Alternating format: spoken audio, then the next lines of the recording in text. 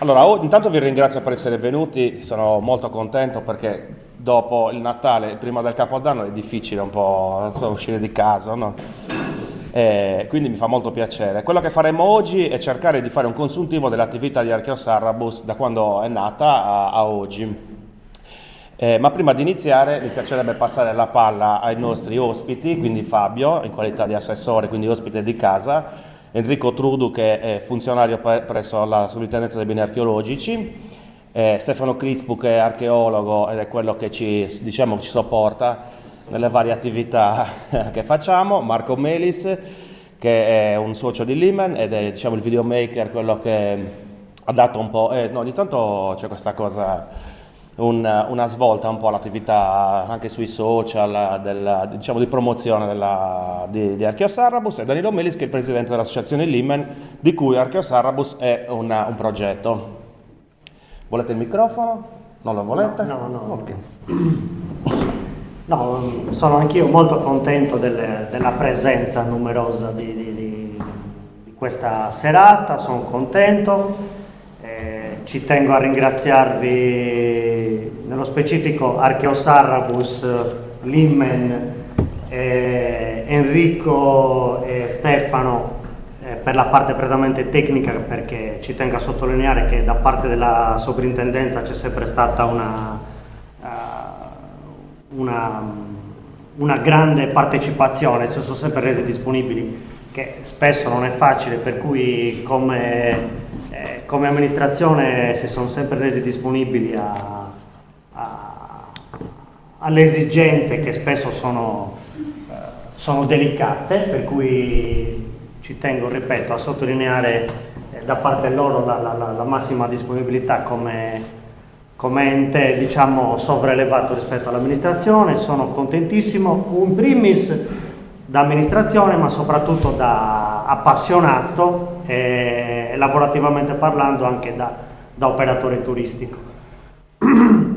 Secondo me da questa vostra presentazione si è messo in evidenza cosa può rappresentare per Muravera e per il Sarabus la valorizzazione dei siti archeologici.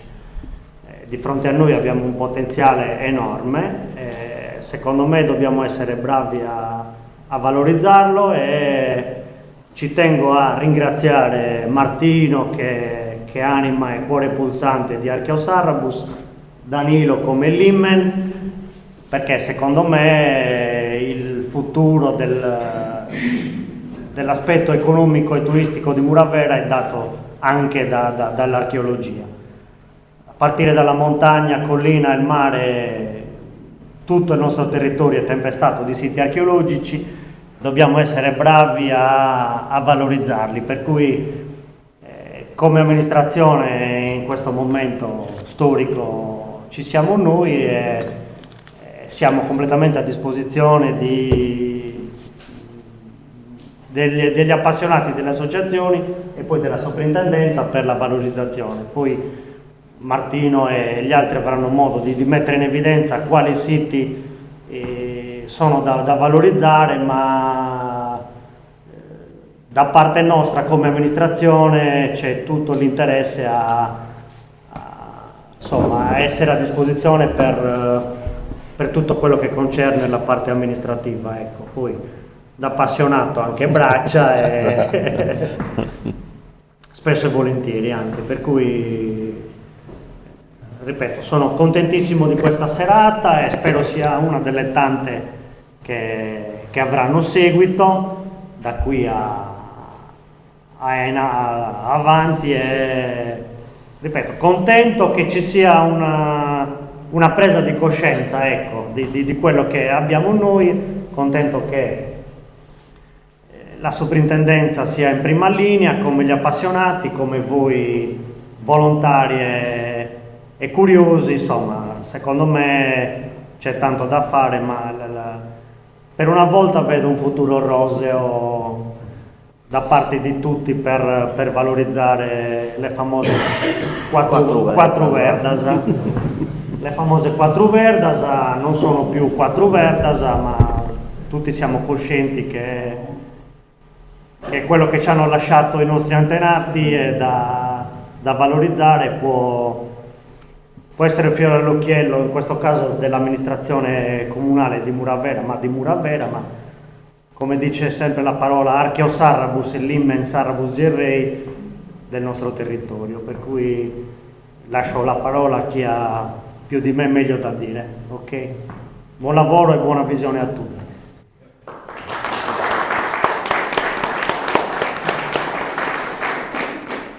Allora, buonasera a tutti, sono il dottor Enrico Trulli, sono funzionario responsabile del territorio della sovrintendenza.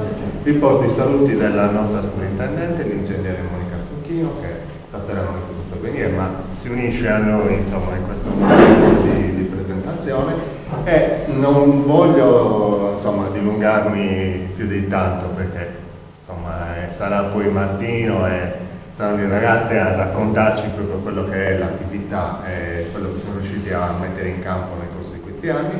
Quello che volevo giusto puntualizzare è che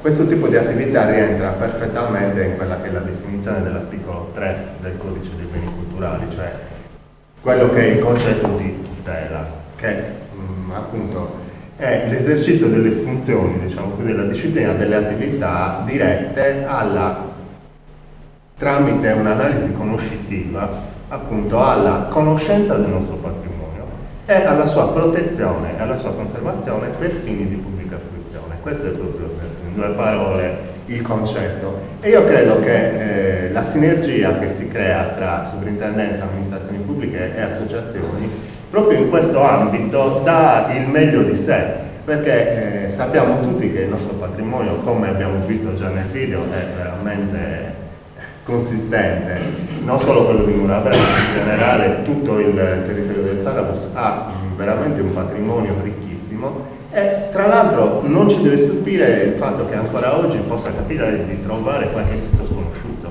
perché poi la cosa incredibile di questo lavoro, di questa attività, è proprio quella di avere diciamo così, un presidio, un gruppo locale di presidio, di supporto del territorio che ci permetta di espletare appunto quelle funzioni che sono quelle del controllo e della conoscenza, e che naturalmente la sovrintendenza da sola, senza il supporto di chi il territorio lo vive quotidianamente, non può fare. Questa attività ormai appunto sono svariati anni che portiamo avanti con Martino e con i ragazzi, un'attività che diciamo così, si svolge sopra due binari. Diciamo. Loro hanno lo scopo appunto di controllare e di verificare i siti noti e i siti anche sconosciuti, verificare le segnalazioni, appunto diciamo così, svolgere da collettore diciamo così, tra le informazioni locali, e poi l'ufficio che è quello che appunto ha la funzione di tutelare e controllare. Il supporto è fattivo, in più di un'occasione ci è capitato banalmente di avere necessità di fare dei sopralluoghi per delle opere pubbliche, per degli interventi puntuali, e quindi interfacciarci e controllare con loro quelle che erano le emergenze e le segnalazioni del territorio ci ha dato una grossa mano d'aiuto. Sia appunto il controllo e la verifica dei nuraghi conosciuti e più o meno sconosciuti, diciamo così, sì. Perché poi vedrete insomma nel proseguo della serata che ci sono state varie novità, interessanti attività insomma legate appunto a questa esplorazione. E poi terzo punto, ma secondo me il più importante, è quello proprio di puntare poi sulla valorizzazione di questi siti, quindi portare avanti attività come quelle della pulizia e della messa in sicurezza dei siti, proprio per permettere innanzitutto alla comunità, alla collettività di riappropriarsi di questi beni e di garantirne, diciamo così, una fruizione pubblica, appunto permettendo di poter fare le visite in sicurezza, di garantire quei minimi standard di sicurezza che permettono appunto ai visitatori di raggiungere i siti. Io credo che in queste poche parole, in questi 3 punti, si spieghi molto bene quella che è l'attività dell'associazione dei gruppi, e l'ufficio ovviamente non può che essere contentissimo di questo rapporto che si è creato, e dal nostro punto di vista riteniamo che sia molto importante continuare, diciamo così, nel solco dell'attività che si è già intrapresa, e quindi da noi ci sarà sempre il massimo supporto sia all'amministrazione sia alle realtà locali per proseguire appunto in questa attività di conoscenza che poi deve portare alla valorizzazione e alla fruizione del nostro patrimonio. Grazie.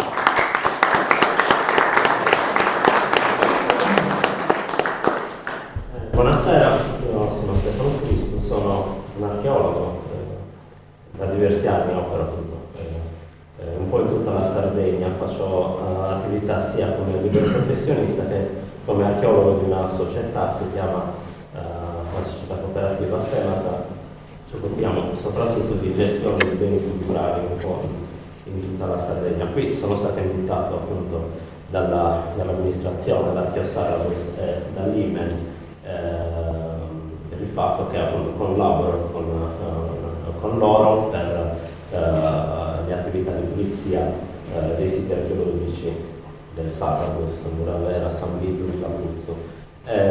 Se non ricordo male, questa collaborazione è nata proprio, cioè diciamo che l'amicizia attuale, soprattutto con Martino, è nata proprio in occasione di una pulizia di un sito archeologico avvenuta diversi anni fa a Piscina Praniscala, sì, Praniscala. Con un'attività che è nata circa una decina di anni fa grazie a un'iniziativa di un'altra associazione, l'associazione Agugliastra, attiva soprattutto in Ogliastra con il progetto Adoppa Mundale. L'intento di questo progetto era proprio quello di mettere il seme nelle varie comunità locali per prendere in adozione i siti archeologici abbandonati o poco conosciuti nel territorio dell'Ogliastra. In quell'occasione siamo usciti fuori dai confini, siamo arrivati qua nel Sarabus e devo dire che il seme appichito è diventata una bella pianta abbastanza grande, anzi diciamo che attualmente, per quanto ne so, le attività che si stanno svolgendo qua nel Sarabus sono le uniche così frequenti, cioè proprio una vera e propria attività, è diventata quasi un'abitudine, è un esempio a livello regionale, per quanto ne so. Attività simili si svolgono anche a Pertinia, ne sto seguendo anche a Pertinia, ma come qua nel Sarabus sicuramente non ce ne sono. Questo anche grazie alla disponibilità, alla fiducia della soprintendenza, quindi alla figura in questo caso di Enrico Trudo. Abbiamo iniziato proprio con te le attività di pulizia nel territorio. Devo dire che non è una critica, però diciamo che non sempre c'è questa fiducia e disponibilità. Questo anche perché devo dire che tutti gli operatori dall'Imen a Saros, ma tutti anche gli operatori diciamo volontari occasionali, sono persone che sono venute una sola volta a pulire questi siti archeologici. Devo dire che anche da parte mia c'è la massima fiducia, perché so veramente di potermi fidare, per dire non è mai stata toccata una pietra, la pulizia è stata sempre fatta con l'occhio del giardinaggio, quindi i siti sono stati non solo puliti ma anche abbelliti. Niente, ringrazio per l'opportunità che mi è stata data finora da Chiosarabus e dall'Imen e dalle amministrazioni, in questo caso l'amministrazione di Muravera, ma devo ringraziare anche l'amministrazione di San Vito e di Villapuzzo e di Castialas anche per questa possibilità, questa opportunità. Grazie.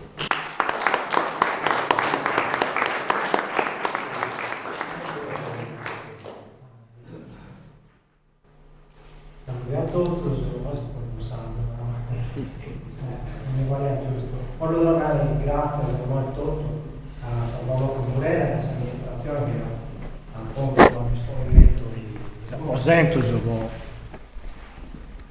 ha posto a disponimento i aposentos per questa iniziativa. Torro grazie ai dottori Enrico e Stefano che dai, do sul microfono quello Mo si intende? Si intende? Ok. Meglio. Friamente che io do grazie a Sabrolocco Morera e a suo comune di Morera poi posto a disponimento questi apposenti, poi insomma proprio se questo aperitivo che è su primo adesso su primo di Meras in tutto il suo territorio di Sarabus, quando adesso ora e usa fare suggerire pure e io do grazie ai dottori Enrico e Stefano che appunto noi hanno ricevuto un piacere su un biro a bene a fare con noi e avvicinare tutta questa scuola sul campo dell'archeologia. Come detto Martino, si associa l'Imen e sti gusto che vanno rimpari sul progetto Archeosarrabus, sul progetto del suo sentiero primitivo, del suo vivo primitivo del suo Sarrabus e meratos progettos. Si associa nascere proprio in suo gennaio del suo 2021 con Sirea di imparare e di lavorare l'azienda identitaria del suo Ogo, del suo Sarrabus e del suo Gerrei e sul sentiero di questa idea è proprio all'intro del suo uomo è tutto dell'Imen, perché l'Imen è un vuoto latino che in Italia è frontiera, all'H già è strezza le spattisi, ma non da sprazzire, non è all'H che voglio usare. Non si va a comunicare, ma è una cosa che questo è su Sarrabus, questo è su Gerrei, però si usati della cosa brumana e poi si trabalhare in pari secondo le caratteristiche nostre, sono naturali nostre.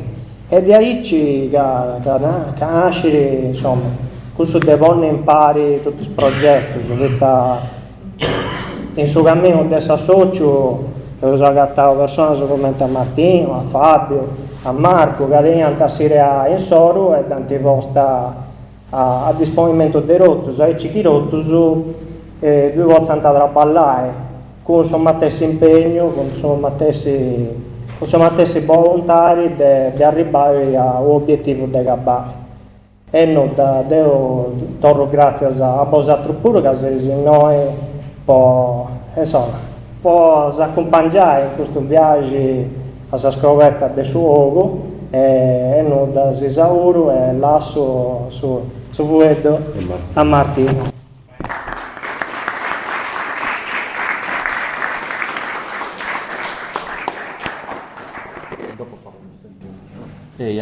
Va bene, dai, iniziamo con le slide, così. Allora, innanzitutto come è iniziata questa cosa di Archeosarrabus? È iniziata da un libro che penso che abbiano tutti i muravelesi a casa, perché è un periodo forse li distribuivano anche nelle scuole, che è il censimento archeologico nel territorio del comune di Muravera di Roberto Ledda, un censimento uscito nell'85 se non sbaglio, dopo 10 anni di lavoro da parte di Roberto Ledda, che tra l'altro abbiamo scoperto che c'è ancora, vive a Cagliari. Quindi dovremmo andare a stalkerarlo. Mummificato. E quindi l'idea era quella di capire cosa era rimasto di quel censimento nel territorio e aggiornarlo senza nessuna, diciamo, presunzione. Quindi sono stati presi i dati, diciamo, dei censimenti ufficiali, tranne quelli della sovrintendenza, perché non si trovano in rete. No, non si trova. Ok, quindi probabilmente noi diremo che ci sono siti non censiti che magari poi la sovrintendenza invece in realtà conosce. Però quello poi è il lavoro che si farà di intreccio dei dati e quindi la carta, diciamo, dei beni di interesse del PUC, i dati del PPR che la maggior parte delle volte corrispondono, poi le mappe interattive tipo Nurnet, Wikimapia, Taros.info. Dopodiché, una volta che abbiamo messo su carta tutti questi dati, siamo andati in giro a cercare pastori, cacciatori, gente che conosce le campagne, concittadini, e quindi abbiamo creato questa mappa che, anzi, sapete una cosa, ve la vorrei far vedere. È questa qua, l'abbiamo messi i punti su Google Earth e sono circa 350 più o meno. Questi sono, allora, abbiamo iniziato concentrandoci soltanto su prenuragico e nuragico. Ovviamente il lavoro di Archeosarrabus poi continuerà con Punico, Romano, col Medioevo, quindi cercheremo di inserire tutti i siti di interesse storico. E quindi da qua torniamo alla presentazione, vediamo se riesco a fare danni. Ok, da qui praticamente sono usciti questi dati. I dati ufficiali davano il censimento di Ledda a 37 siti, sto parlando sempre di nuragico, di nuraghi, il PPR 44, il PUC di Murava era 56, era già bello avanti. Con noi, con Archeo Sarrabus, siamo riusciti per ora a identificarne 64, ma ne mancano, cioè nel senso che abbiamo già altri punti da aggiungere, ma finché non verranno confermati come caratterizzati da quel punto di vista li lasciamo fuori dal conteggio. Allora, questo invece per quanto riguarda tutto il Sarrabus. Dai censimenti locali ai censimenti che abbiamo fatto noi abbiamo una differenza di, qui ho messo 60, ma in realtà sono 71 per la precisione, di siti che noi diciamo non censiti, però torno a dire poi magari... Questo sono nuragico, Marco. Questo solo solo nuraghi, sì.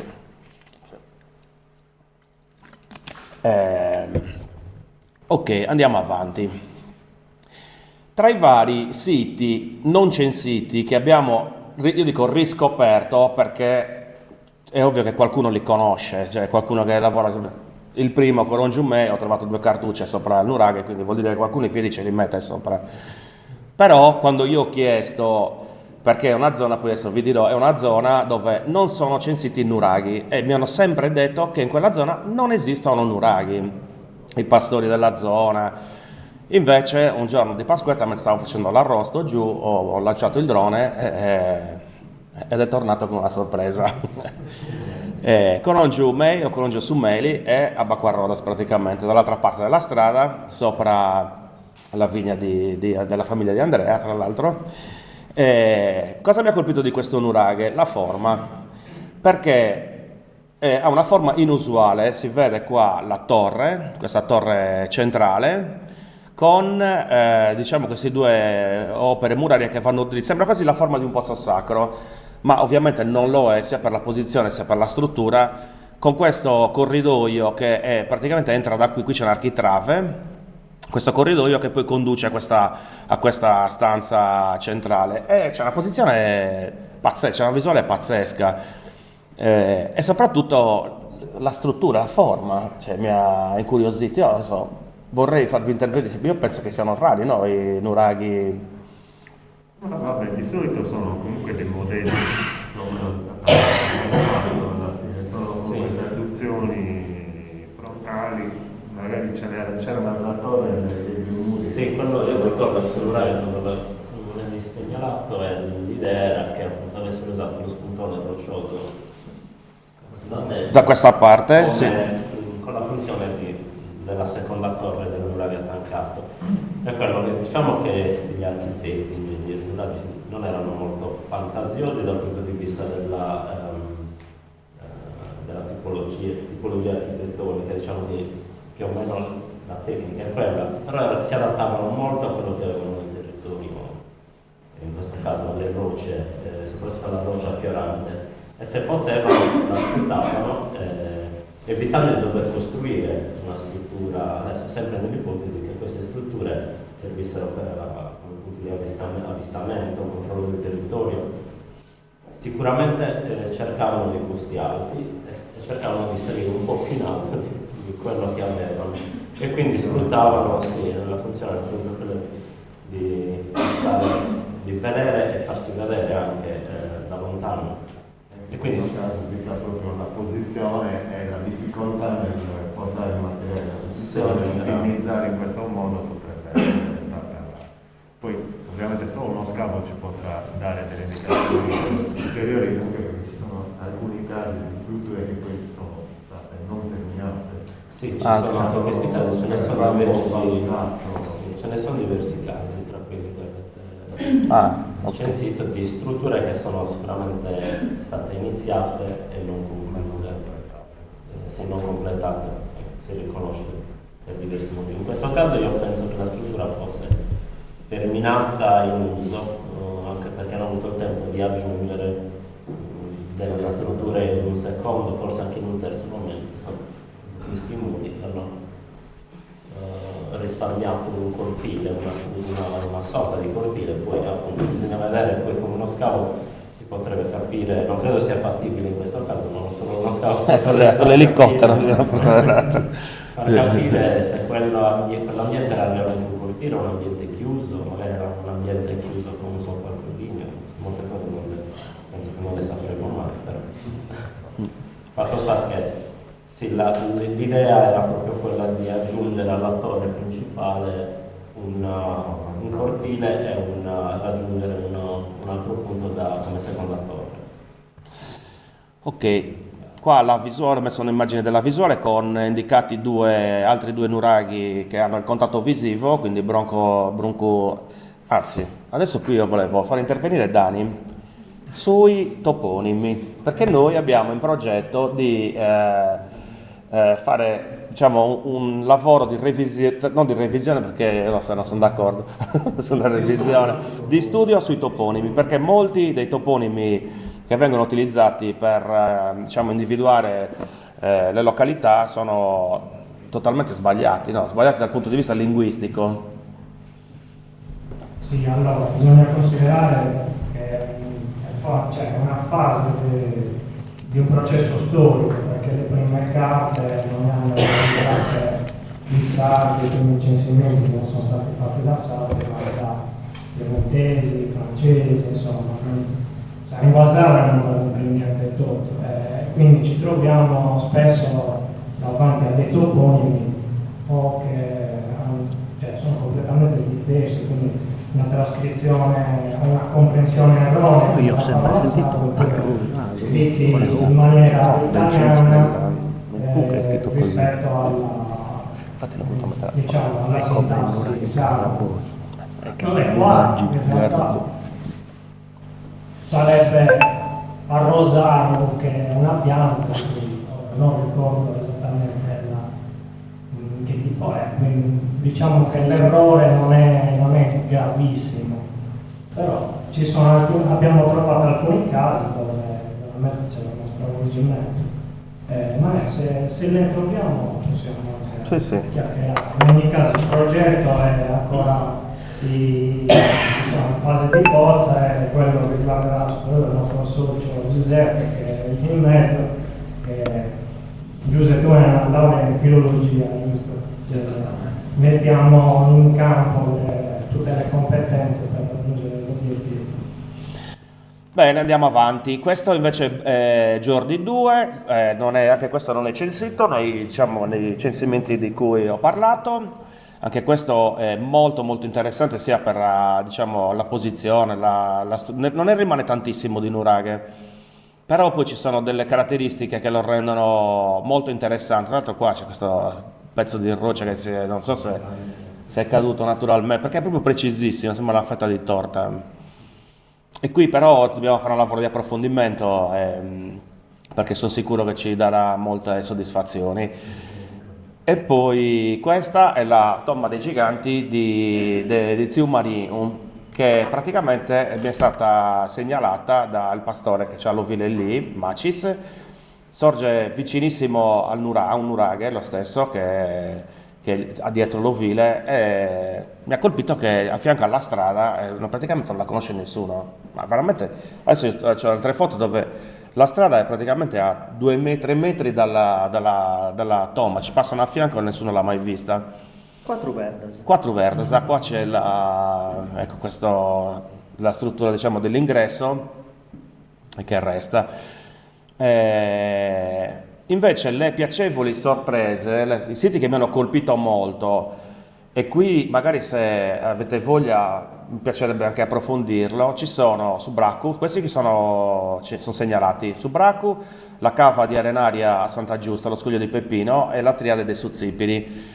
Perché su Braccu? Diciamo non ne rimane tantissimo del nuraghe, però ha una caratteristica che è praticamente pieno di resti di fusione di metalli. Questi siamo anche andati a vederla assieme, ma ci sono blocchi giganteschi di questo, sono resti di fusione, no? La schiuma che... Secondo me, faccio un piccolo preambolo, sarebbe bello, poi ne approfitto che ci sono 2 archeologi, spiegare l'importanza di questi resti di fusione nel Sarnabus, cioè cosa vuol dire trovare questi resti di fusione? Innanzitutto c'è da dire che non sono isolati, perché proprio questa questa attività che sta portando avanti Martino ha messo in luce la presenza di tantissimi siti dove abbiamo tracce di queste lavorazioni di metalli. Il problema è inquadrarla cronologicamente al momento, perché in gran parte delle strutture ovviamente tu trovi questi materiali sugli stati di crollo, quindi in realtà non sono attribuibili esclusivamente alla fase nuragica, ma è probabile che risalgano a varie fasi successive. E lì la prima cosa da fare è proprio per esclusione individuare il periodo, perché sembrerà strano, ma sino a ieri questa zona era interessata da estrazione mineraria, cioè tutta la fase romana, che sicuramente è quasi certamente la più indiziaria, diciamo così, come attività, però non si può escludere neanche tutta l'attività del periodo pisano e la fase spagnola, quindi in realtà è un lavoro in cui si intrecciano sia i dati d'archivio con poi una caratterizzazione pratica, quindi bisognerà fare anche delle analisi di questi residui, perché in realtà un'analisi chimica ti permette già di avere una serie di indicazioni. Innanzitutto qual era il minerale che si cercava, perché poi questi sono sottoprodotti di sono scorie sottoprodotti, ma abbiamo, diciamo così, vari minerali che potrebbero essere indiziati di un utilizzo, sia la galena, il piombo, l'argentifero, cioè tutta la zona che presenta tracce di ferro, e questo, diciamo così, potrebbe essere un argomento lungo e interessante da affrontare, perché in realtà abbiamo sicuramente una grande presenza di siti nuragici che inquadrano, controllano, diciamo così, gestiscono un territorio dove ipoteticamente la risorsa primaria è il ferro, che dovrebbe essere una risorsa da loro non sfruttata, almeno non come lo intendiamo noi. Quindi c'è tutta una problematica non secondaria che va affrontata, dipanando principalmente quali sono i periodi di frequentazione, perché appunto per poter dire che c'è uno sfruttamento di vene di ferro in quel periodo devi avere ovviamente la certezza e escludere che siano utilizzi successivi. Però è, diciamo, un argomento molto interessante, perché poi tra le varie fonti, insomma, la Sardegna era famosa in età antica, in età punica, in età romana, proprio per queste vene d'argento, comunque vene ricche e sfruttate, e sinceramente è proprio il territorio del Salamis che si candida a essere, diciamo così, l'area in cui queste attività vengono fatte in età antica. Quindi è davvero tutto un filone di studio che può riservare molte sorprese, che parte proprio da un controllo specifico del territorio. Questo è, diciamo, il punto di partenza, ma è un'attività che abbiamo in essere, insomma, anche grazie appunto a Martino e alla loro attività. Allora, poi questa è la cava di arenaria di Santa Giusta, un pezzo. Questa praticamente è quando i turisti d'estate vanno a piantare gli ombrelloni davanti al villaggio, li stanno piantando su questa cava, che normalmente è sotto la sabbia, ma durante, diciamo, mareggiate viene fuori della sua diciamo, meraviglia. Questo è un dettaglio di penso che sia una vasca, che magari non è stata finita di cavare, non so, però è lì. E questo invece è una struttura che è sott'acqua dall'altro lato dello scoglio di Peppino. Stefano, vuoi dire qualcosa? No, una pasta, sembrerebbe un sarcofago. Ok, sì, perché poi c'è... dimensioni. È difficile trovarle in vista. Sì, perché risulta molto sopra questa, sì, esatto. E poi abbiamo la triade dei Suzzipiri, la tomba dei giganti, particolarissima. Io sono affezionatissimo a questa tomba perché parte praticamente da un tafone naturale e quindi si sviluppa piccolina. Che questo, diciamo, non è usuale vedere tombe che partono così da, diciamo, da tafoni, sono rare. Sono forse qualche volta ricordate. a volte può capitare che partono da una domus de Janas, da una cavità naturale, appunto un tappone, un prato. Capita soprattutto in zone granitiche, è raro. Ci sono tanti esempi. Questo è bellissimo, credo che resta una delle più particolari e anche ben conservate. Sì, infatti. È collegata all'insediamento dei Suzzipiri, che anche questo è molto bello. Tra l'altro c'è tutto intorno, ci sono i resti di un villaggio con anche una capannina che poi non so se magari è stata, diciamo, riutilizzata in epoche successive. E la Domus de Janas. La Domus de Janas, di questa ci sono altre due tombe vicine, non Domus de Janas ma tombe a Tafone, che ancora non abbiamo avuto il piacere di andare a vedere, sicuramente non le abbiamo trovate, e quindi ecco, diciamo, chiudono un po' un anello che a noi ci piacerebbe anche valorizzare. Infatti con Fabio ne parlavamo, sono stati tutti e tre la Domus de Janas no, però la tomba e il nuraghe abbiamo fatto 2 giornate di pulizia infatti qui è già, mi sa che avevamo già intervenuti in queste 2 foto. Aggiungo un particolare, che tutta l'area ricade all'interno del comune di Muravera come territorio, quindi non è in mano a privati, quindi anche sotto l'aspetto amministrativo la gestione, la fruizione è molto più facile. È proprio proprietà del comune. Le proprietà sono terre comunali. Allora, la valorizzazione, cosa abbiamo fatto per portare al pubblico questo lavoro che stiamo facendo? Le pulizie archeologiche, vabbè, il sentiero primitivo del Sarrabus, i social, tutto il lavoro dei social, il progetto QR Code che sta partendo, diciamo, non è ancora operativo, e le guide cartacee. Le pulizie archeologiche sono iniziate nel 2021, ne abbiamo fatto 13 già, e Muravera 6. Dobbiamo recuperare con gli altri comuni. Queste 6 sono appunto la tomba dei Suzzipiri, il nuraghe di Porto Pirastru, questo qui è Iscal, nuraghe Iscalas, Suzzipiri sempre, abbiamo fatto la chiesetta di San Giovanni e nuraghe Murtas.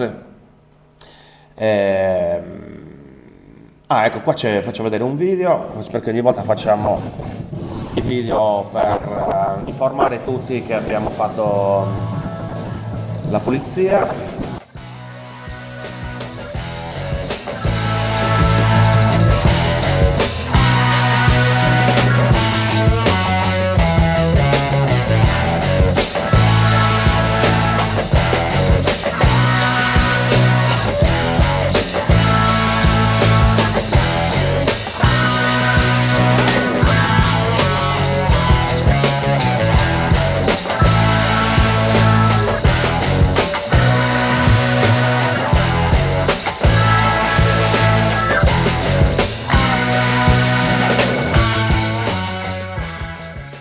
Allora, cosa dire di questo nuraghe?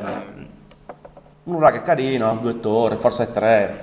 Quando abbiamo fatto, diciamo, i sopralluoghi e questa attività di pulizia, però facendo i filmati con il drone ci è saltato all'occhio qualcosa di più, che probabilmente questo sito è molto molto interessante, anche abbastanza esteso. Un dettaglio ve lo faccio vedere adesso: nella strada che dal molo conduce al nuraghe sono visibili i resti di quelli che potrebbero essere, penso, 2 KA, ma questo lascio la parola a voi, così, visto che l'avete visto tutti e 2, con tracce di muri che lo rendono particolarmente interessante, perché da quello che mi avete detto, forse siti così dentro il mare, insediamenti così grandi dentro il mare, è difficile, di quell'epoca nuragica parlo, è difficile trovarne in giro. No, infatti è una particolarità. Vabbè, innanzitutto la fortuna, come dire, di utilizzare ormai questi strumenti come il drone, perché ripeto, quella è la strada d'accesso, passandoci così sopra non si sarebbe mai visto.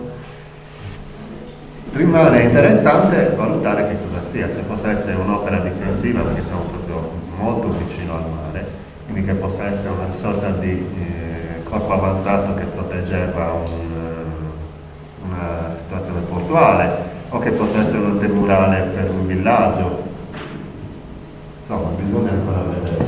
Io ho girato tutta la collina, compreso i mezzi cespugli, cessi. Si tratta di un villaggio abbastanza esteso, proprio affacciato sul mare, anzi probabilmente una parte stava dove oggi c'è il mare, perché sembrerebbe che ci siano parte delle strutture anche dove negli scogli che oggi sono Sott'acqua? nel mare. Questa è emersa perché hanno fatto la strada, se non sarebbe Dilapamento dell'acqua piovana. Per una volta anche proprio lo sbarramento, l'attività recente ha fatto forse un po' di danno, però nel riportativo ci ha permesso. Quindi sembra un gasandoci un po', potenzialmente potrebbe essere un sito. Sono sicuramente strutture da gare, sì, senza un infatti, essendo a parte c'è anche molta ceramica, se non si è avuto modo, c'è molta bella ceramica per il periodo murario, dove chiaramente è quasi esclusivamente, allora io ho visto soprattutto ceramica per il periodo murario, quindi non so se è stato però molto sembrerebbe un e quindi vabbè, oggi ormai non ci crede più nessuno che i sardi muragici fossero con le spalle rivolti al mare, cioè, guardassero forse solo verso l'interno e guardassero il mare come un nemico, come è successo poi nella Sardegna medievale, post-medievale. Per me questo è proprio un insediamento marittimo marinaro, cioè, sarebbe bello trovare tracce di un porto che potrebbe essere anche molto nell'entroterra rispetto. Erano diversi livelli del mare rispetto a oggi, era molto più basso, diversi metri più basso, quindi c'erano meno, diciamo anche stagni che oggi noi non conosciamo più, quindi magari un'insenatura più interna, abbiamo visto un po' anche la situazione. Quindi potrebbe essere proprio un villaggio portuale, potrebbe essere, poi chiaramente così non. Però è un buon indizio, diciamo, è un buon punto di partenza. È una buona potenzialità perché appunto se c'è qualcosa che caratterizza questo territorio è proprio la presenza di murale. Sì, proprio sul mare. Sul mare con una consistenza e con una mancanza di sovrapposizioni successive che possono appunto dare indicazioni di studio relative proprio all'approccio col mare del mondo muragico. Io conosco, diciamo, bene, ma abbiamo trovato insomma situazioni simili, appunto sono anche in Ogliastra, parlo per esempio per Terpenia, dove ci sono situazioni simili, non così bella come, perché qua si vede che c'è un bel villaggio grande, proprio sul mare, perché una situazione simile c'è a Fogimana, Terpenia, con Uragaleni, Uragalboni o Punta Isebas, però sono realtà che sono state poi intaccate dall'antropizzazione moderna, quindi sono le case moderne, utilizzazioni, strade, quindi molto oggi non è più visibile, invece in questo caso si è anche salvato da quel punto di vista. Si presterebbe appunto una valorizzazione, avrebbe anche un senso appunto investire del denaro lì perché avrebbe un ritorno anche economico, secondo me. 2 passi da Costa Rica, comunque una zona turistica, quindi. Vabbè, assolutamente. Anche qui abbiamo un'altra fortuna, mi piace sottolinearla, che tutta quest'area di Porto Pirastu è di proprietà della Regione Sardegna, non è in mano a privati, non è comunale ma è Regione Sardegna, per cui anche lì è una sorta di già vincolato per natura, per cui anche, diciamo, sotto l'aspetto amministrativo è più facile avere una sorta di colloquio con la Regione per poi poter anche avviare una sorta di collaborazione, o perché no, trovando i fondi, una campagna di scavi, una prima campagna di scavi per cercare di capire cosa abbiamo di fronte. Poi ripeto, come ha detto giustamente Martino, ma è sotto l'occhio di tutti, il fatto che poi, essendo in una zona turistica, la più importante nel comune di Muravera, sotto l'aspetto economico-turistico avrebbe un ritorno incredibile.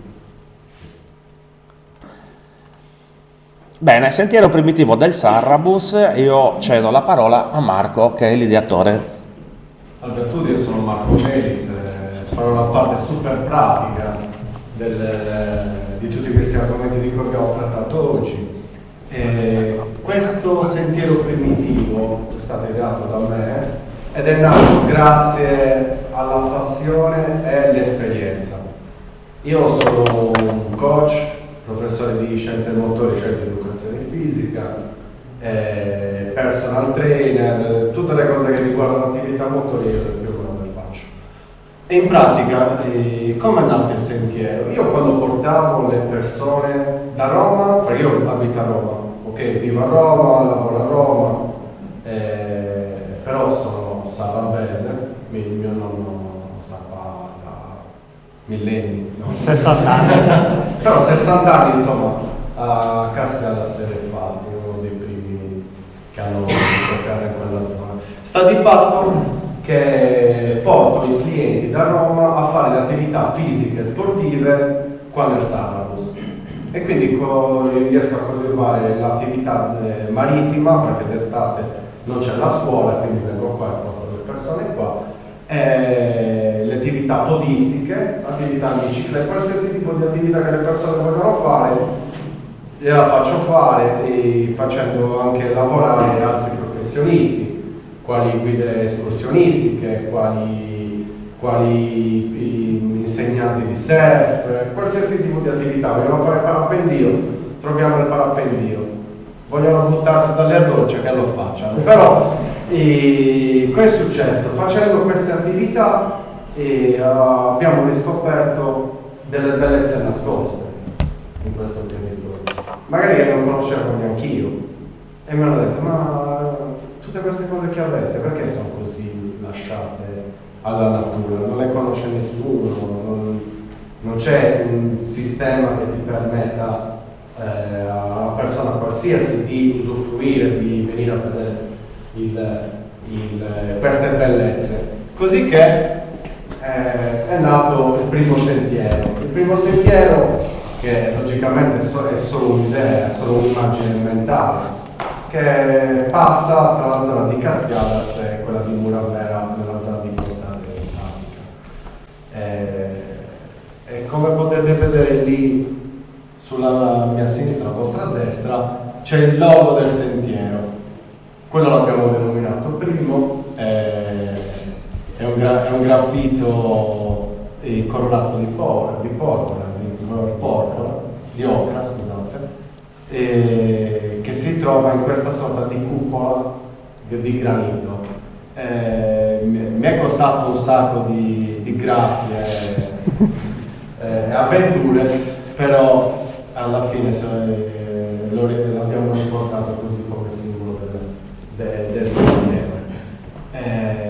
Per adesso questo si sta sviluppando anche in maniera concreta nel territorio di San Vito, grazie al finanziamento che è stato ottenuto attraverso il GAL, che partirà dal santuario di San Primo fino a Surresoli, che è una tomba dei giganti molto interessante, che puliremo nel periodo primaverile, e siete logicamente tutti invitati a venire a faticare e soprattutto per festeggiare con noi.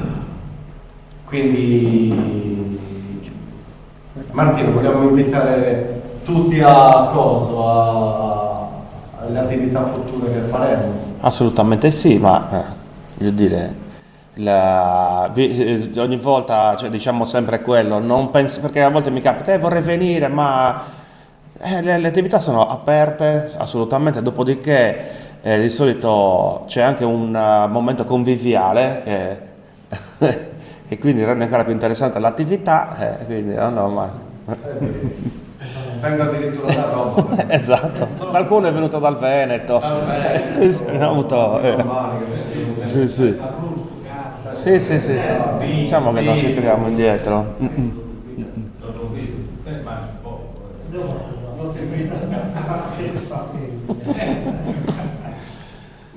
Questo è il sentiero, l'abbiamo denominato Sentiero Primitivo di Ferrage, parte da Capoferrato, dalla Domus de Gianas di Costa Perdera, poi si fa tutta la torre, si può fare anche a pezzi, non per forza bisogna farlo tutto insieme, e torna su Giordi 2, quello che abbiamo visto prima. Andiamo avanti, questo è su Shushu, diciamo da dove è nato, dove Marco ha avuto l'illuminazione. L'ho messa come omaggio al creatore, vedete la valle qua di Costarè, bellissimo. Ricercando tutti i siti che avrebbero poi ricreato i punti mappa del sentiero, mi sono ritrovato in quella cuspide irta e bruttissima, dove per riuscire ad arrivare all'Uraga ci ho impiegato 2 giorni interi in pratica. Prima salita è andata male, la seconda ci sono riuscito, una bella impresa fisica anche. Poi vabbè, i social, i metodi di promozione, i social, abbiamo pagine su Archeos Arrabus, questo è il post dovrebbe essere il post sulla cava di arenaria di Costarei. Abbiamo la pagina Instagram, tra l'altro abbiamo creato con Marco questo format molto snello di 1 minuto, ve lo faccio vedere. Martino.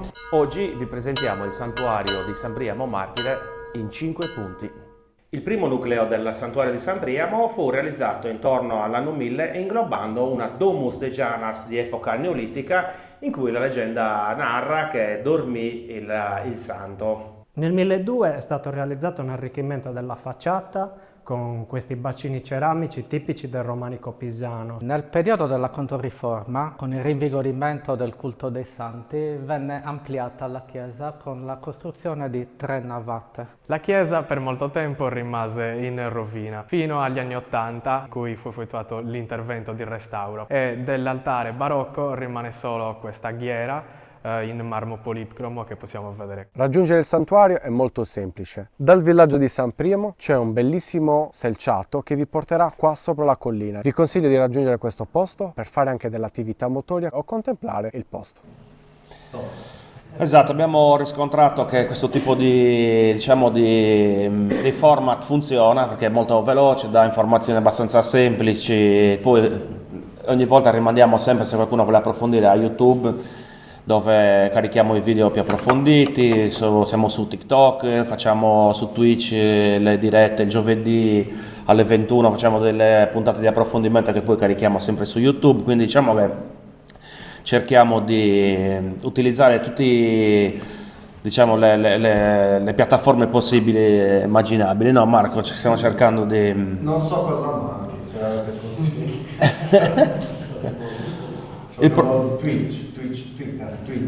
Twitter ci manca, adesso con la nuova...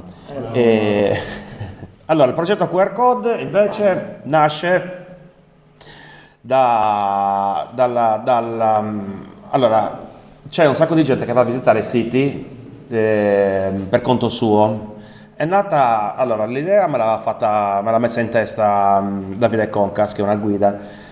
L'idea qual era? Quella di, diciamo, seminare i percorsi che portano ai siti di questi QR code che rimandano ai contenuti che noi abbiamo nelle varie piattaforme.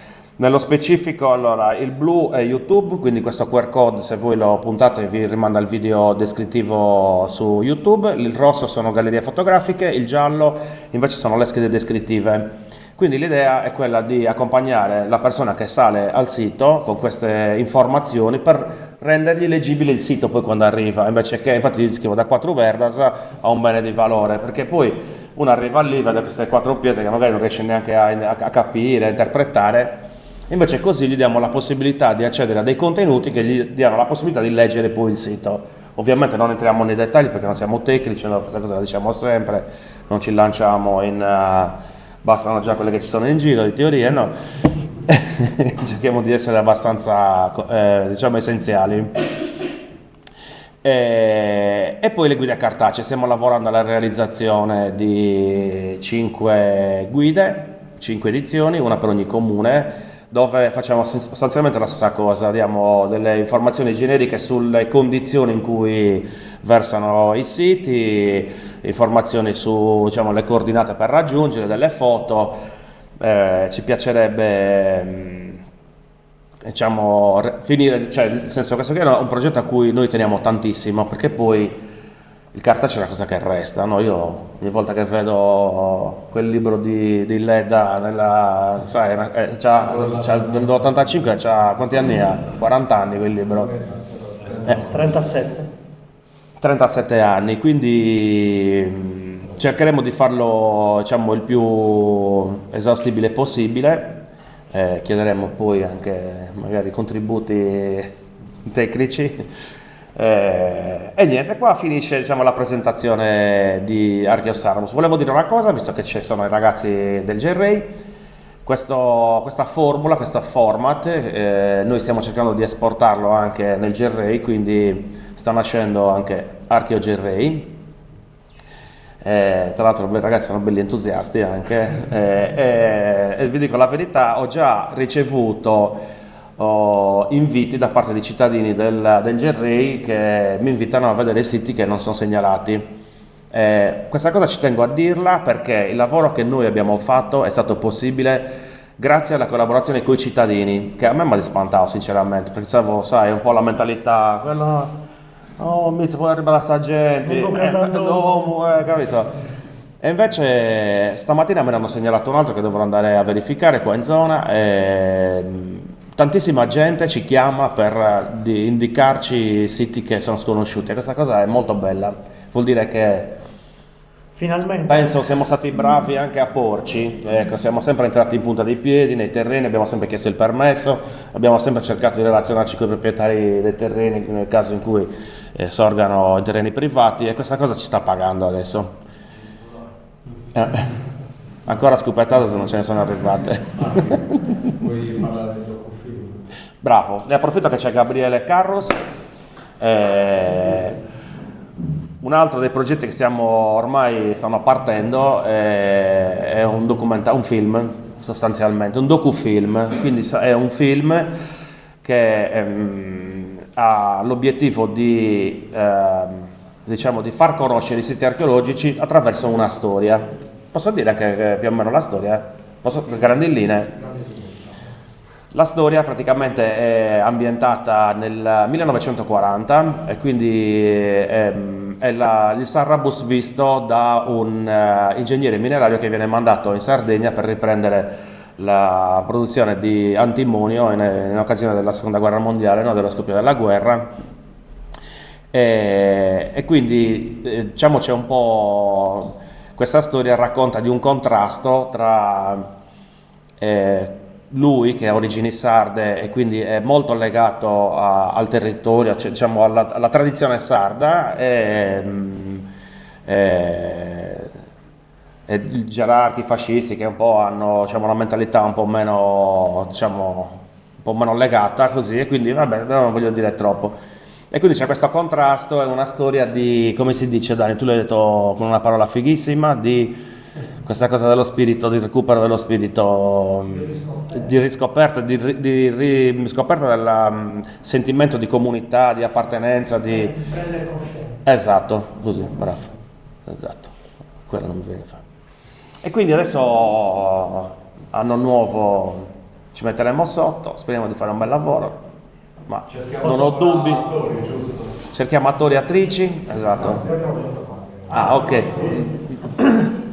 Rubo, secondo me, oggi è una serata in cui la presa di coscienza è evidente da parte di chi è innamorato della nostra cultura, per cui secondo me qui in questa stanza c'è una presa di coscienza forte di quella che è la nostra identità, la nostra storia e la voglia di farla conoscere ai più, per cui Sì, guarda, io questa cosa è una cosa che dico sempre, a noi, allora, una cosa che ho notato, un feedback che ci arriva, sempre di meno, però un feedback che ci arriva è, vedi, lo dovrebbero fare le istituzioni, dove sono? In realtà io gli rispondo, in realtà lo facciamo con le istituzioni, cioè un lavoro che... E c'è questa mentalità... Cioè la gente tende a pensare che la protezione del sito, la valorizzazione sia, diciamo, una funzione specifica di un'amministrazione, e invece il messaggio che vogliamo mandare noi è che questi siti sono di tutti, innanzitutto sono nostri, dei cittadini, cioè rappresentano la nostra cultura, la nostra storia, quindi siamo noi i primi a dover lavorare per proteggerli, per valorizzarli. Poi ovviamente le amministrazioni e gli enti devono essere coinvolti perché sono quelli che... Però vogliamo proprio cambiare questa idea che tutto debba partire per forza dall'ente. Facciamolo partire da noi, anche perché sono tanti, è difficile magari tenerli tutti sotto controllo. Ripartire, a parte che, voglio dire, poi ti crea anche un legame di un sentimento verso il territorio, cioè anche verso la tua identità, caratterizza un po', no, la persona, avere delle radici forti a cui aggrapparsi. Questo lo possiamo fare così, attaccandoci ai nostri siti, alla nostra storia, al nostro territorio. Io ho finito.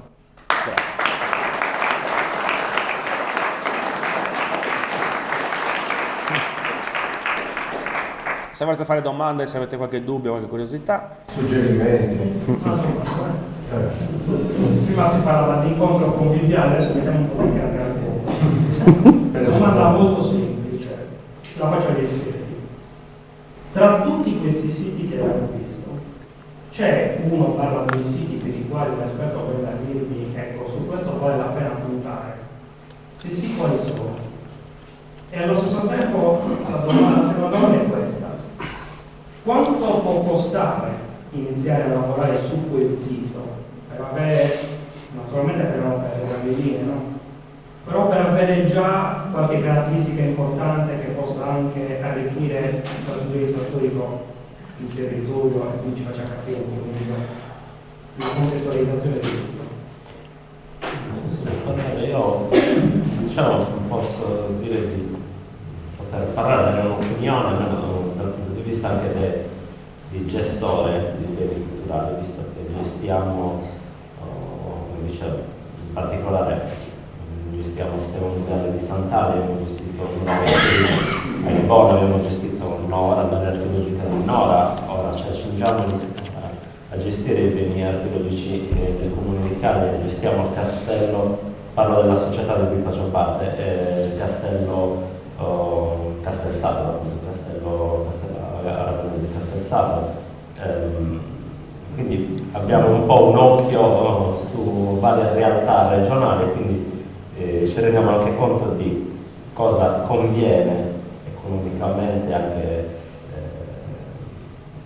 in modo divulgativo, insomma, cosa conviene realmente e cosa non conviene spesso, su cosa forse non conviene investire, perché ci sono a volte dei siti dove si è speso tanto economicamente ma non c'è un tornaconto economico, che diciamo dal punto di vista culturale non dovremmo nemmeno guardarlo. Però se poi si va a vedere la sostenibilità, cioè quando un sito conviene, perché sono comunque poi dei costi per tenerlo in piedi, per renderlo fruibile, quando realmente conviene, quindi sono vari punti di vista, comunque diciamo che per il Sarrabus c'è appunto tanti siti bellissimi, spesso questi siti sono molto lontani, anche solo organizzare una campagna di scavo per iniziare un progetto di valorizzazione tendenzialmente è preferibile fare, parlando di siti archeologici, è preferibile fare prima un intervento di scavo e di studio per conoscere il sito, perché altrimenti diventano sempre, non dico le 4 pietre, diventano 5 pietre, però se un sito non racconta è anche difficile da valorizzare. Sì. Anche perché poi diciamo che la zona ha quasi esclusivamente contesti murali, quindi purtroppo affrontare uno scavo del murale è particolarmente oneroso, perché naturalmente uno deve mettere in conto la rimozione del crollo, la messa in sicurezza delle strutture residue, e sono interventi, diciamo che sì, poi diventano anche salgono al milione, ecco, se uno non ha una cifra di questo tipo non è neanche il caso di affrontarli. E rendetevi conto che solo Muravera, quanti ne ha? 20 nuraghi. Quindi è ovvio che potenzialmente tutti i siti meriterebbero veramente uno scavo, un approfondimento. Purtroppo se le risorse disponibili sono molto limitate, potrebbe avere senso, proprio nell'ottica di questo ragionamento che abbiamo fatto finora, affrontare magari un contesto come quello di Porto Pirastu per tutta una serie di particolarità, sia perché in realtà la torre non sarebbe diciamo così, lo scavo immediato, la cosa principale da fare, potrebbe essere interessante appunto mettere in luce questo contesto residenziale o comunque abitativo, che comporterebbe, diciamo così, un onere minore rispetto che affrontare una torre nuragica o un nuraghe polilovato complesso che crea problemi. Ce ne sarebbero varie, no? Cioè, se sarebbe l'imbarazzo della scelta nuraghe Murtas, sarebbero veramente vari i siti. Infatti si potrebbe parlare, adesso non so se l'idea era appunto proporre, cioè no, capire un su quale sito per ogni come comune. il vostro cosa dire, ecco, qua Un vale sito, la pena. per dire, si potrebbe parlare anche di un sito per comune, poi ogni comune vede di farsi un progetto. Io per esempio punterei su siti appunto vicino alla costa, facilmente raggiungibili, appunto Porto Pirastu è uno, diciamo, di quelli che più si presta, l'altro a Castiata e San Domenico, anche quello vicino alla strada, vicino a Costa Redi. Stiamo parlando semplicemente di siti di periodo nuragico, perché sono quelli anche che hanno più strutture visibili. Per Villa Puzzo, per esempio, io punterei, anche se un po' fuori mano, Castello di Quirra, perché comunque anche sarebbe l'unico castello medievale della costa orientale della Sardegna. Sarebbe lo scavo della vita. Però è quello il problema. Il Santo Pietro di Scavo. No, ma giusto per spiegare anche ai non addetti ai lavori qual è la problematica. Prima ancora di affrontare uno scavo al Castello di Quirra, tu dovresti garantire il consolidamento dei ruderi che ci sono, perché naturalmente non puoi fare una scala di valori cronologica. La prima cosa che devi fare è mettere in sicurezza quello che c'è delle strutture del castello. E lì sembra quasi chiaro che ci siano varie fasi e varie strutture, probabile che ci sia qualcosa di più antico. Però dal punto di vista logistico è particolarmente impegnativo. Servirebbero milioni e milioni di euro, però non si esclude che si possa fare. Si è riusciti a Quattrega Siliqua, più o meno siamo in una situazione simile, poi le feci scavi non sono mai state fatte, forse nella parte bassa del quartiere della chiesa, cui sembra di essere una chiesa, una parte bassa del castello, non è mai stato oggetto di scavi archeologici, ma di interventi di restauro sì, sono costati.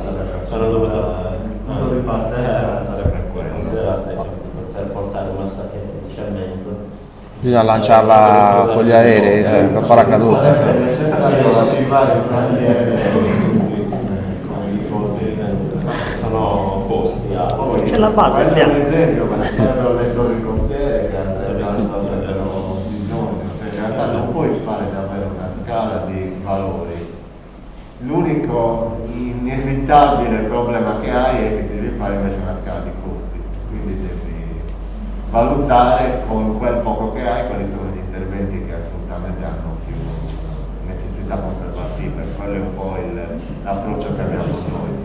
Però non esclude che in contesti come quello di Porto Pirastu, che in realtà è abbastanza semplice da affrontare, c'hai anche l'interesse di focalizzare appunto quello che è il rapporto tra città nuragica e costa, che non è stato mai fatto praticamente, cioè potrebbe avere queste potenzialità anche con delle cifre tutto sommato sostenute. Se poi mi dici su quale puntare con un ragionevole bilancio, diciamo così, dei costi e dei benefici e delle potenzialità, probabilmente questo potrebbe essere. Per San Vito io per esempio resterei sulla sulla strada, che quello a livello sia di immagine, nonostante sia di fatto ricostruito, falso, eccetera, eccetera, però è logisticamente facile perché sulla strada. È sul resone quello quello avrebbe per il terreno, diciamo. E allora bisognerebbe spostarla vicino alla strada. Però anche quel sito in realtà è in un terreno comunale, c'è anche lì un'ottica di avviare un discorso di fruizione tramite trekking, quindi in realtà sembra assurdo ma non lo è. È potenzialmente meno oneroso affrontare lo scavo di una toppa di gigante che non quello di gigante. Anche perché non è messa male a livello È la struttura sono pochissime. Che luce quell'esse. osservate come l'ha stato La pulizia di quello. Ma alla fine il sentiero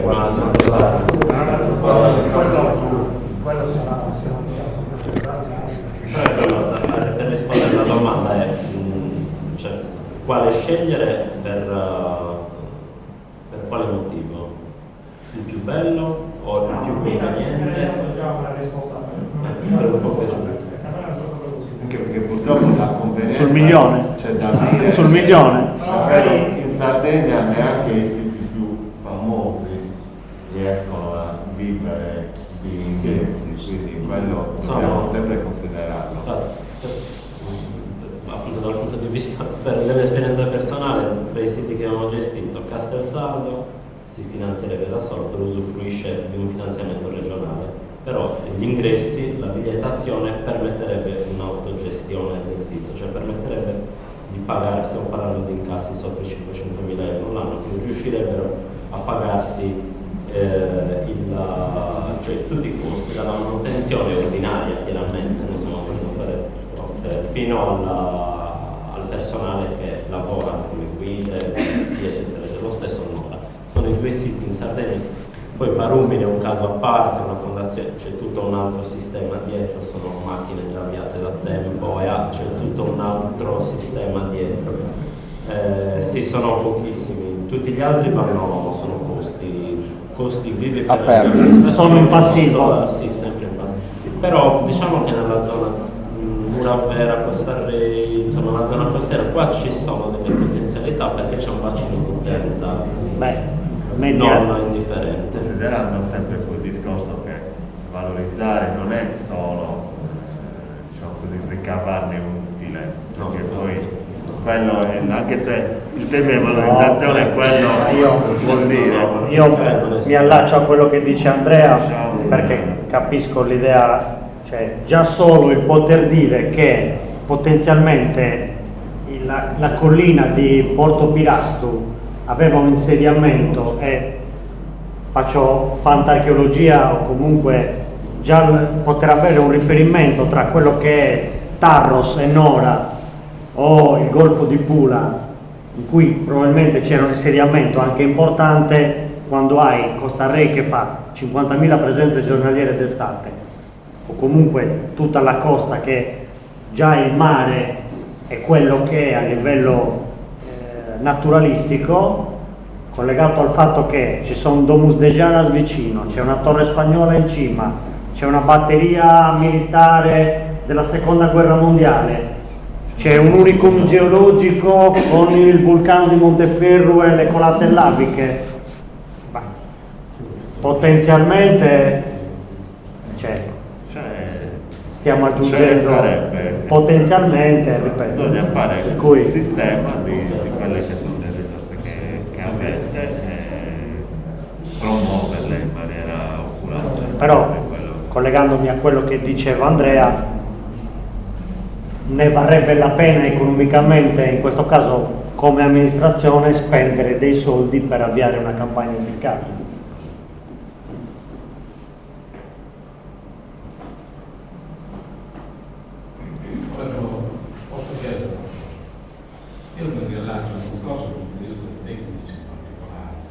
Visto che esiste il supporto da parte delle organizzazioni e associazioni in questo caso, ma esiste la volontà da parte degli enti di Stato per impegnarsi affinché si possano fare gli scambi, oppure si tratta sempre di interventi il cui oggetto è la pulizia del posto, la valorizzazione del sito e stop. Perché se oggi esistono strumentazioni particolari, quello meglio di me, dove si possono rilevare i siti e si sa alla perfezione cosa c'è sotto. Quindi prima di iniziare si arriva già con la cartina già fatta. Quindi se esiste la volontà a monte, si può pensare a dei progetti per la valorizzazione dei siti e un ritorno anche dal punto di vista economico-turistico della zona, perché il tutto è collegabile a quello. Quindi io non so la funzione della sovrintendenza e degli enti di Stato se ci sia la volontà per spendere, per valorizzare i siti. Io vi posso fare un'altra affermazione: ho conosciuto in passato il professor Barrecca, di cui sicuramente ho sentito parlare, conosciuto, che aveva un progetto per questa zona, proprio per la zona di Murapera del Sarro, perché la riteneva appetibile dal punto di vista interesse archeologico e quindi da portare avanti uno studio. Ecco, mi interessava se esiste questa connessione tra le associazioni, in questo caso che vi supportano, e gli enti di Stato che devono disporre i progetti. La sinergia c'è, il problema, diciamo, dal 2009 a oggi è, come dire, una cronica crisi economica. Non è tanto la volontà o le professionalità, sono proprio le risorse di cui abbiamo un po' parlato a grandi linee, cifre di questo tipo. Il mio ufficio ha un bilancio annuale di circa 200-270 mila euro per interventi di controllo e tutela di tutti i siti dell'areale di competenza della sovrintendenza. Capisce meglio con questa cifra? Non ne fai neanche uno degli interventi. Noi stiamo lavorando molto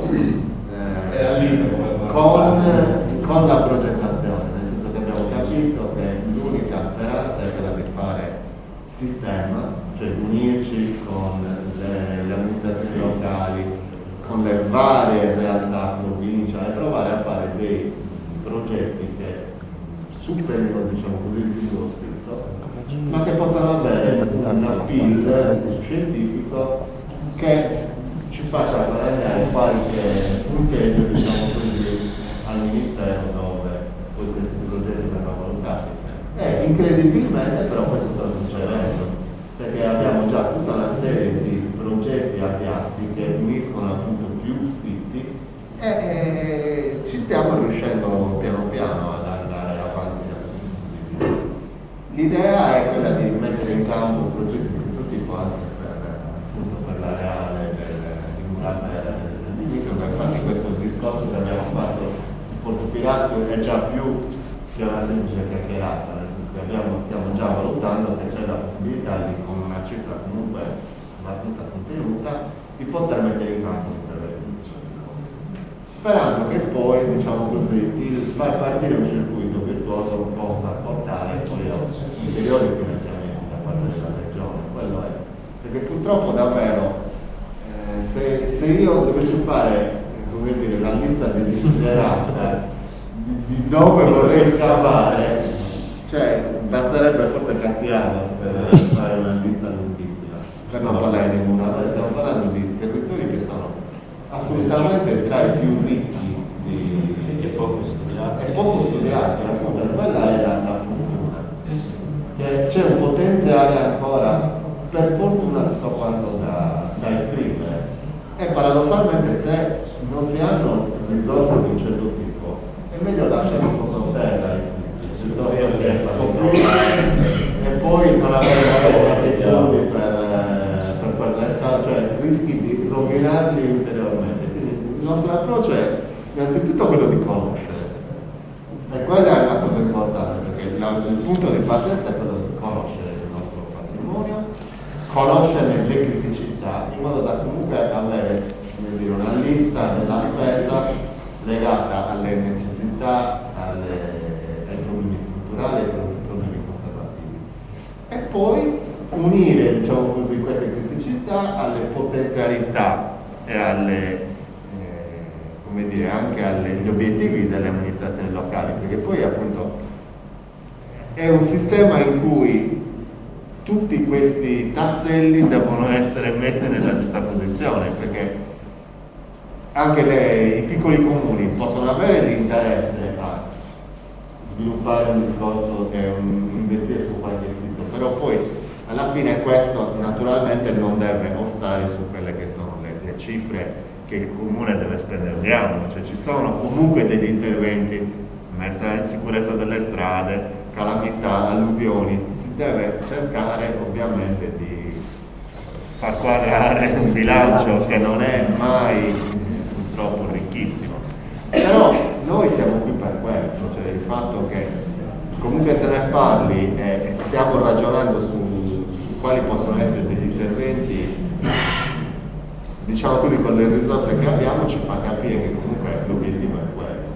Poi se ne verranno di più, la maggioranza di sicuro non sono quello che non ne spenderà, però anche riuscire banalmente gratis, come stiamo facendo, quello che abbiamo raccontato oggi, in una situazione dove comunque non ci sono fondi per la cultura, anche creare un ciclo virtuoso dove volontari, persone riescono a costruire qualcosa e a tirare fuori qualcosa anche senza risorse, è già un ottimo punto di partenza. Su questo infatti volevo dire una cosa, ringrazio tutte le persone che ci hanno anche aiutato dal punto di vista economico, mettendo da qualche soldino a qualcuno che ci ha dato anche qualche soldino un po' più importante, ci hanno permesso comunque di fare queste giornate e di aiutare anche il post produzione, il post pulizia.